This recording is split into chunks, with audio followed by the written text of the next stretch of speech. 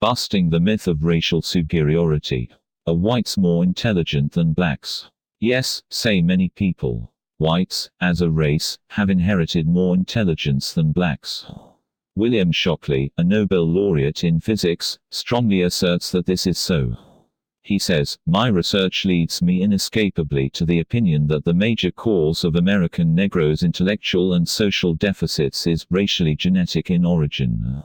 Professor Arthur R. Jensen of the University of California in Berkeley is a leading exponent of the view that in intelligence whites are biologically superior to blacks. He declares, "The number of intelligence genes seems to be lower overall in the black population than in the white."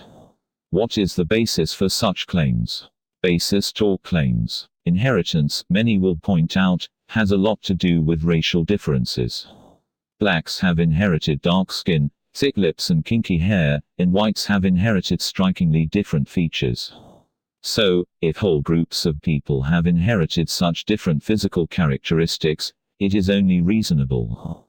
Some will argue that the races would inherit different degrees of intelligence. But do they? Why is it claimed that blacks, as a race, have inherited less intelligence than whites?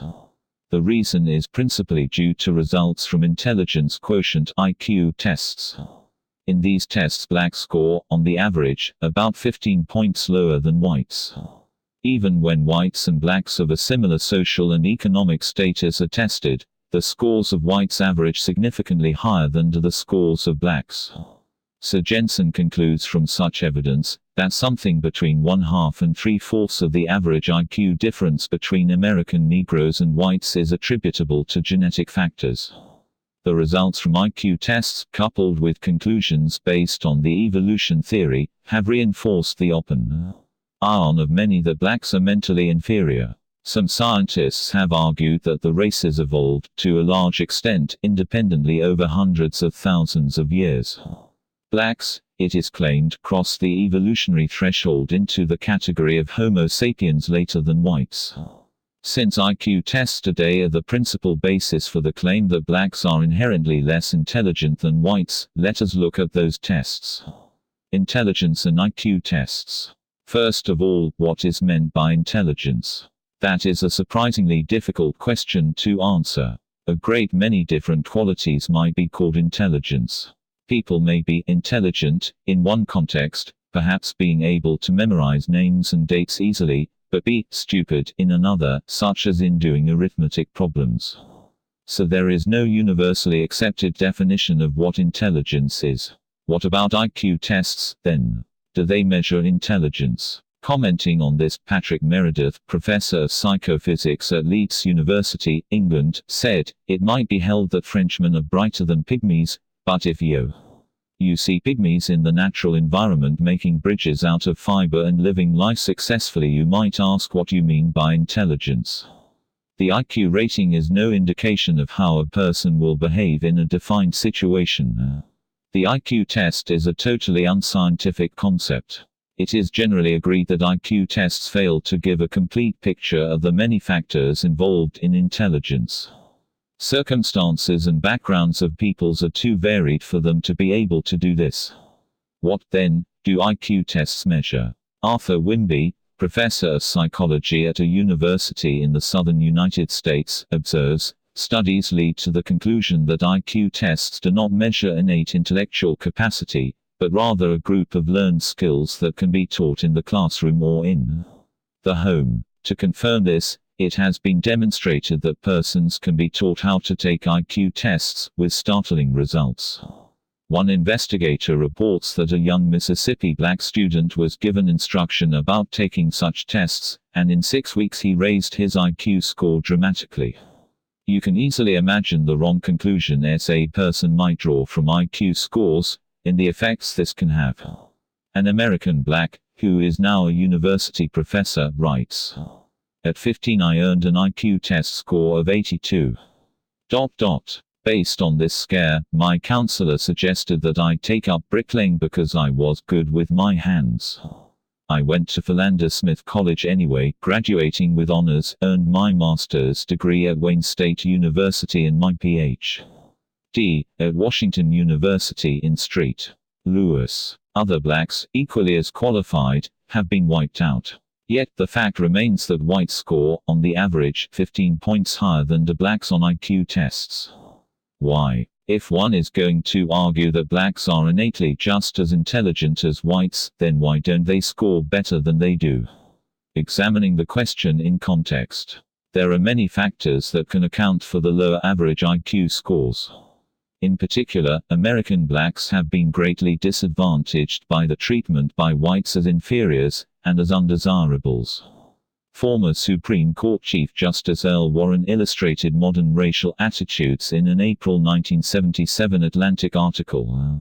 When the Supreme Court school segregation decision was pending in the mid-1950s, President Dwight Eisenhower of the United States invited Warren to a White House dinner for the purpose of influencing him to decide in favor of upholding the segregation law. The President, Warren writes, took me by the arm, and, as we walked along, speaking of the Southern states in the segregation cases, he said, "These Southerners are not bad people. All they are concerned about is to see that the sweet little girls are not required to sit in school alongside S.O.M.E. big overgrown Negroes." As vocalized by this president, whites have commonly attempted to keep blacks in a segregated, subordinate position cut off from the benefits enjoyed by whites.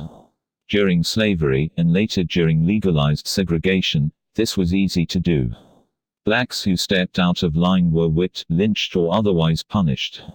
The effect was to produce the childlike, subservient, mentally slow, Sambo personality. Whites have commonly believed that this personality was inherent in blacks. However, Harvard professor Thomas F.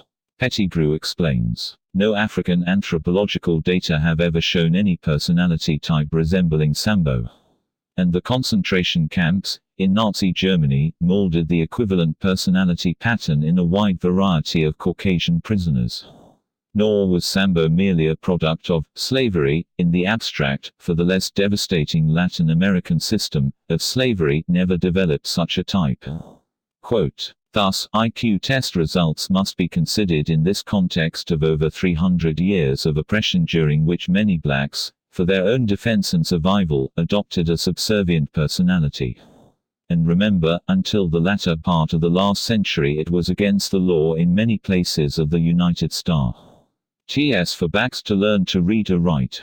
Even since then, blacks, taken as a whole, simply have not had the same educational opportunities as whites. Effect of environment. The quality of preschool home education also bears directly on intellectual achievements.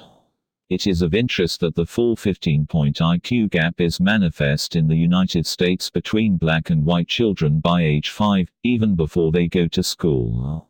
Some may claim that this is proof that blacks are born with less intelligence than whites, but there is evidence that other factors can be responsible. Early childhood is a principal period of intellectual growth.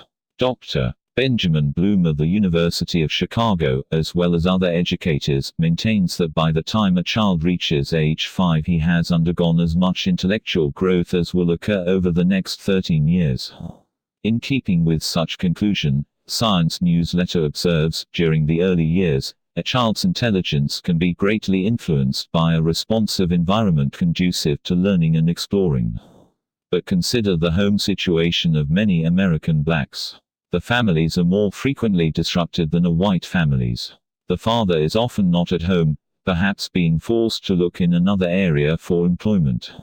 Often, in black families, the mother alone must rear the children. Under such circumstances, can it be expected that the young will be provided the early educational training that will equip them to match the intellectual achievements of whites? Further, recent studies show that in larger families, black or white, where parents usually give less individual attention to the children have lower IQ scores. Since black families are, on the average, larger than white ones, this may also be a contributing factor to blacks' lower intellectual achievements. Another factor to consider is that home environments are not the same. White and black cultures are significantly different. And traditional IQ tests have clear cultural biases that favor whites. As an example, A Stanford Binet picture test showed a prim-looking white woman and a woman with negroid features and slightly unkempt hair. The child was marked right for picking the white woman as pretty, and wrong if he picked the black. Another thing to keep in mind is that a large number of blacks have achieved IQ scores well above the average score of all whites. In fact, during World War I, blacks from certain parts of the northern U.S. scored higher on IQ tests than whites from certain parts of the South, which would indicate that blacks are not born with lesser intelligence. Theodosius Dobzhansky, an American biologist, made this telling observation: the race differences in the averages are much smaller than the variations within any race. In other words, large brains and high IQs of persons of every race are much larger and higher than the averages for their own or any other race. The book Intelligence, Genetic and Environmental Influences, edited by medical doctor and university professor Robert Cancro, examines at length environmental factors that contribute to the lower intellectual